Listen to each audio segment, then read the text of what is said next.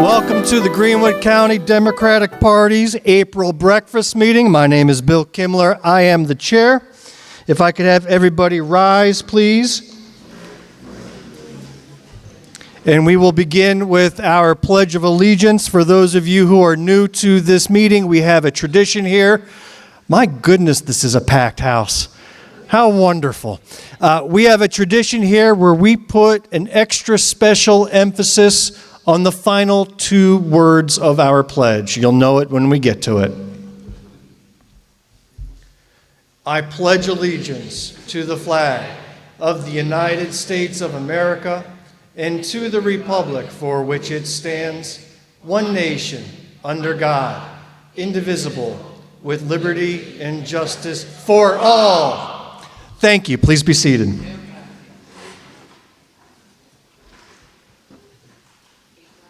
If I could also pause, please, for a moment of silence.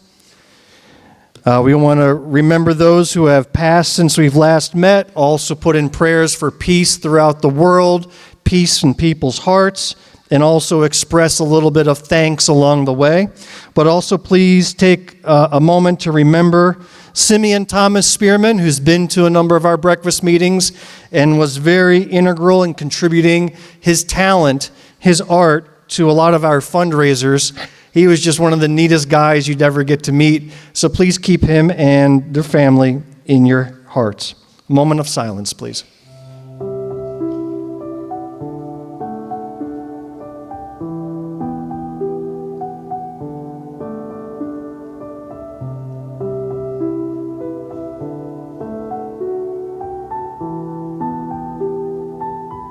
All right, thank you.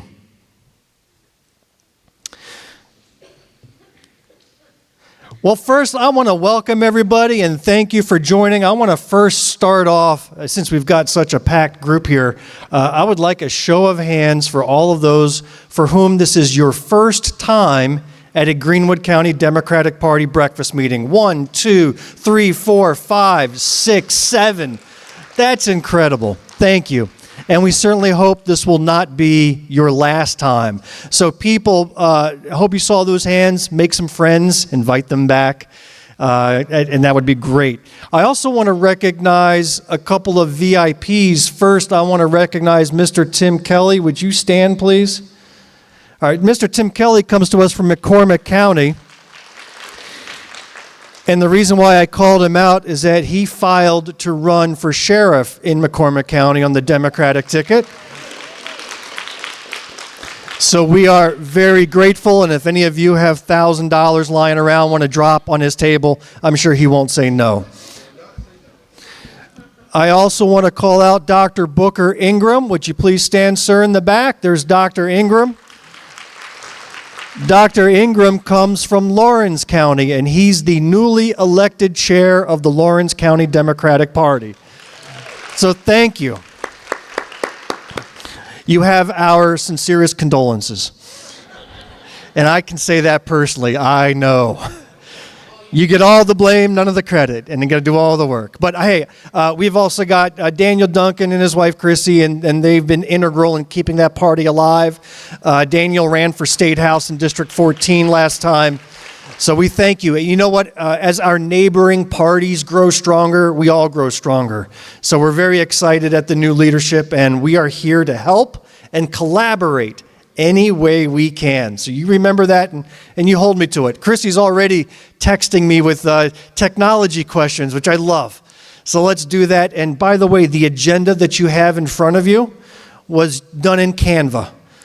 There you go. We also welcome all of our service members, our military veterans, our first responders, police officers, hospital workers, healthcare providers. We thank you for everything you do in making our community run and making our nation safe. Our agenda today is a short one because we do have an activity this afternoon, which I'll talk about in a minute. So I'll start with opening comments, and I'm going to run through them very quickly. Then we introduce Mr. Brandon Best, who is running for State Senate District 10, which is all of Greenwood. a little bit of Saluda, and a little bit of Lexington. We also welcome Frances Goldner back from she was here at our convention last month. She spoke a little bit, but now she gets a little more time to speak. She is running for U.S. Congress to take the seat that Jeff Duncan had to abdicate in shame. So welcome, Frances. And then if we have time, we're going to have a little bit of trivia. We're going to run through 10 questions and see how smart you are when it comes to South Carolina history and politics. All right, now for some quick party updates that you know or need to know. At the front there, when you walked in, there's a signatures table. This is the first time we've had one. Dr. Jamil Brooks is not here today. She had some knee surgery a couple days back, so she's laid up recovering.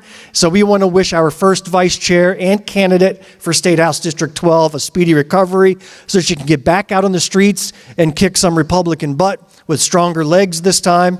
So there's a get well card for her. Senator Floyd Nicholson was hospitalized briefly a few weeks back. He is home and recovering and doing well. I talked to him the other day. He said he's running behind schedule in catching fish for his fish fry, but he says he should be recovered and caught up for that. So there's a get well card for Floyd that if you can sign by the time this meeting's over, we'll take that back. We also have a sympathy card for Miss Tawanda, who's a beloved member of our group, on the passing of Simeon, her husband. So please send our sympathies and show that we're unified as Democrats in appreciating our members. And then there's a couple of newspaper ads. Both Jamil and I officially filed a couple of weeks back, and we went out. We launched our campaigns with a half-page ad in the Index Journal. We brought copies. If you want to sign and put a little note of encouragement, we could certainly use it. So both Jamil and I have an ad back there if you want to put a little something on it. It's going to go up on our office walls. As far as literature updates, we've got the literature table over there, and it is jam-packed full. First of all, the candidates who have arrived today, Brandon and Francis, brought some literature with them. Please swing by that table and pick some up. Don't leave here without it. There is an election coming up in June, a primary election, where we have to choose who moves on to November. So the candidates need you to know about them so you can make that choice. So please swing by and grab it. They put the money in to print it. The least we can do is take it and read it and then pass it on. So please grab that. We also have a info packet there about being a delegate to the national convention that's held in August in Chicago. This is a presidential year. So all the states send delegates to the national convention, and it's just a big old political party, the likes of which you've never seen. I need to ask, is there anybody here who's been a delegate to the national stage before? All right, so none from here. I've only met a couple of people in my life who had, and they said it is a wild time that they'll never forget. As wild as it looks on TV when you're watching, it's even wilder in person. So we, as far as I know, have never had a delegate from Greenwood County. If you are interested, there is a deadline approaching in a couple of weeks to be able to submit your name and be considered to be a delegate. South Carolina gets, let's see here, we get 65 delegates sent from South Carolina, and it's split among the congressional districts plus some alternates. If you want to be considered, and you will have to be voted on at our state convention in May, grab that form, grab that info packet, and put your name in. All right? I don't have all the details, but those packets have all the details. So consider representing Greenwood and South Carolina on the national stage in August in Chicago. We also have an endeavor underway to repeal the abortion ban that was rammed through by the Republican lawmakers and the all-male Supreme Court earlier this year. As we've seen, a number of states across our nation, a number of red states, have put this question on the ballot, and women's rights and reproductive rights have won, even against the wishes of those lawmakers, and became constitutional amendments. South Carolina, sadly, we don't get that practice, the people cannot initiate a constitutional amendment. That actually has to come through the General Assembly. Nevertheless, there is an organized effort among multiple groups across this state to make our voices heard. They are collecting signatures statewide. They want to get hundreds of thousands of signatures. So if you can swing by that table, there's a QR code there. Scan that, and it'll take you to a quick little form that you can fill out and sign your name to that petition to repeal the ban. At least they can see that the polls that say that South Carolinians are in favor of personal freedoms matches the signatures that they collect. So it only takes a minute to fill out. Please add your name to the list. I have. All right, very important slide. Floyd's Fish Fry. 2 weeks from today. We've sold a couple of tickets. We need to sell a lot more. This is our largest fundraiser of the year. The information is all found at the table where George will be sitting. So we ask you to do 3 things. 1, buy tickets if you haven't already. 2, if you're connected and know some family or neighbors who would be interested in coming by for a meal, whether it's fish, dogs, burgers, or veggie burgers, you can sell them some tickets. 3, volunteer. We have some spots for 2-hour shifts if you can work and help, collect the tickets or serve some food. The fish is being handled by a vendor. We handle burger, dogs, and veggie burgers. So we handle that part. If you can help serve the food and keep the lines going, that would be appreciated. There's 2 different shifts of 2 hours each, plus set up, set down. If you can put your name to any of those, again, see that table back there. Also, if you can donate some food supplies, we have some need for chili, hamburger buns, canned drinks, some small things. If you can donate a little bit of the food, put your name on there and we'll contact you as well. Together we can make it a very profitable, fun party. We have a couple of great prizes that we're raffling off, plus doing silent auction, plus another 50-50. So it's going to be a good time. Also a great place to meet and greet with some candidates who said that they will be by to kind of work the crowd and talk with the people. So April 20th from 11 a.m. to 3 p.m. at the Boys and Girls Club. That is our annual Floyd's Fish Fry and Cookout. Today, and Frank, you're keeping me on track with the slides, right? I'm going to talk about the Easter egg hunt. Am I good? Wonderful. After this meeting today over at Magnolia Park, which is just down the road a couple of blocks, we're holding our 2nd annual After Easter Egg Hunt. Not many people are holding after Easter egg hunts, and I know kids aren't done with Easter yet. All right, their baskets may be empty. They may have eaten all of their candy and need a refill. Well, they can come to us over at Magnolia Park. Where's Mr. Carl Schwarzman? Stand up, please. Let's give him a round of applause for organizing. And so, Carl, if you need some additional assistance, who could help out? So if you have a couple of minutes to spare, and really it's just arts and crafts and some games, please see Carl in the purple. He'll also have his bunny ears on, so he sticks out. Please join us at 1 o'clock. He's going to be leaving a little bit earlier, around 12, maybe earlier than that, to go set up. So if you can spare some time and work with Carl and help the kid. I don't know if any kids are going to show up. I know some will. But if we make one kid happy today, we did our job with community outreach, and we spread the word, and we leave a good impression with the family. It says we need a bunny, but I will say I received a Facebook message overnight from a fellow Democrat who says she can be the bunny. So I think we got the bunny filled, but I haven't heard back from her yet. So here's hoping that we have a bunny. Next Saturday, we have our annual road cleanup on Cokesbury Street. This is our Adopt a Highway. It's actually biannual. So next Saturday, we walk up and down Cokesbury Street. They give us all the equipment. We make that road nice and clean. As you can see in the picture behind me, we actually have a road sign that says Greenwood County Democrats. Makes every Republican mad every day when they drive up and down that street. But we want to make sure it's nice and clean. So this is another community outreach. Next Saturday, meet us at Emerald Baptist Church at 9 a.m., and we will be set to go. It'll be nice and cool, and it's just about a mile stretch of road. But it does get trashy. People just love to throw stuff out the window, so it's up to us to work with the rest of the county, by the way. We are competing with other areas of South Carolina to see who can collect the most pounds of trash. So we're not going to be the only team out, but we'll do our part with our street, keeping it clean. If you have any cinder blocks that can add weight to our bags, they say that's not cheating, so bring some cinder blocks to throw away. No, I'm kidding. Here's another activity that we're going to do in May, but we have training for it in 3 weeks, and that's with the Humane Society.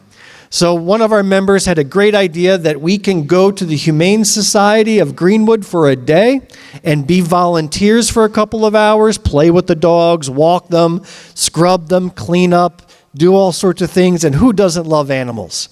Raise your hand if you don't love animals. Exactly. So this is a great community service, but training will be at 9 a.m. at the Humane Society on Saturday, April 27th. Once we go through that mandatory training, we will have a date in May to be determined where we can go and actually perform our volunteer duty. So we'll have more information online and in our email newsletter when that occurs, but be on the lookout. If you're into animals and want to help out, this is the most fun way I can think of. Better than picking up trash, although trash is necessary. Playing with dogs and cats is a great way to spend an afternoon. Big news, candidate filing has closed for our partisan efforts. If you look inside your agenda, you will see our We Want a Choice scorecard. And I am absolutely thrilled that at the top of the ticket, we have great names for U.S. Congress, State Senate, U.S. House, and we even have a councilman in Ken Robinson in District 4 running for county council. So we thank all of them for stepping up and putting their names down. We appreciate it. But I have to say, we fell short that there were still 3 county council offices that were not contested by a Democrat, and in fact, 2 of them aren't contested at all. One of them is being primaried, but the other 2 have no opposition, and that just rubs me wrong. Now, we tried. We spent thousands of dollars on advertising and promoting and recruiting and calling, and it has just been so difficult to find anybody to step up and say, yeah, put my name down for county council. So I know it's a great job. We actually have County Councilwoman Teresa Griffin here. Where are you, Miss Teresa? There you are. Thank you for serving. Has it been a rewarding experience? It has. So she will be up for re-election in 2 years, and may that take a nice long time before you have to worry about that. But again, I can't tell you, it is actually so much fun to run for office and hopefully to be a representative. We need to find some different strategies to make sure that no seat goes uncontested. We've got the solicitor went uncontested, the sheriff went uncontested, clerk of court went uncontested. A lot of uncontested races. We do have one more opportunity to serve, and that comes in August with the nonpartisan races. That's for city council and school board. Now, while we say there's nonpartisan, we still want some good people in there. We don't want Moms for Liberty members running for school board, at least not uncontested. So we want to make sure we put in good names that we trust and know for all of those races. So we'll renew our efforts this summer to recruit, but also think about it for yourselves, that maybe that's the level you would like to be at, school board or city council. We do have a meet and greet on May the 4th at T.W. Boone's. Where's Tori? Is that confirmed? Yes, it is. Wonderful. So 6 p.m., May the 4th. Come on out to T.W. Boone's, and we'll have another meet and greet out there. That is also on the schedule. I want to do another plug. For those that don't know, I run a podcast, a weekly podcast called Black, White, and Blue in the South. Podcast discussing Democratic politics with a Southern flair. And I want to point out and thank Bishop McCrae, Oliver McCrae Jr., for being a guest of ours on our most recent episode that went out on Wednesday.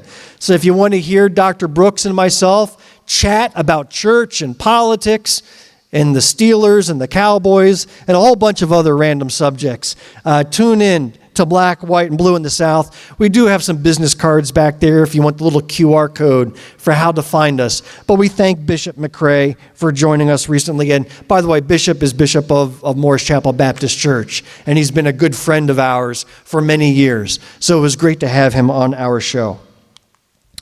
And I think this is the last announcement. The South Carolina Democratic Party convention is on Saturday, May 18th. We need delegates. We have 13 delegates who are male. We only have 9 delegates who are female.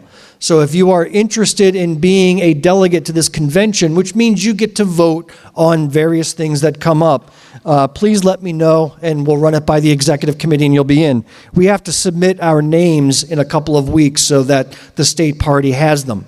The convention is open to everybody, so you don't have to be a delegate to go, but the delegates do get to sit in a special area for their county, and then they get to vote on resolutions and other things as they come up.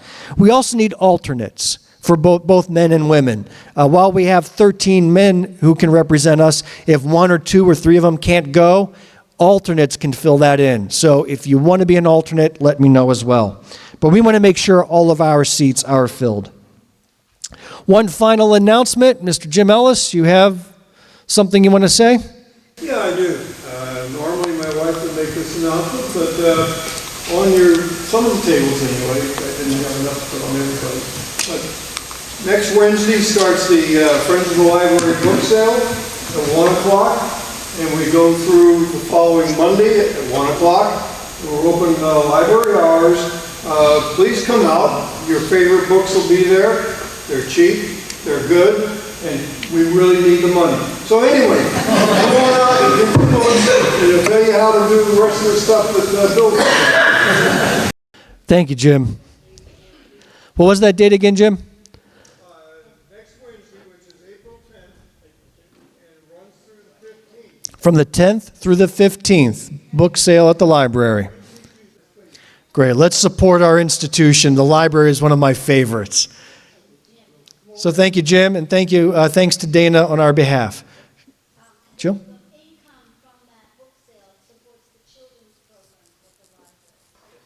So the income from this sale supports the children's program at the library, yes.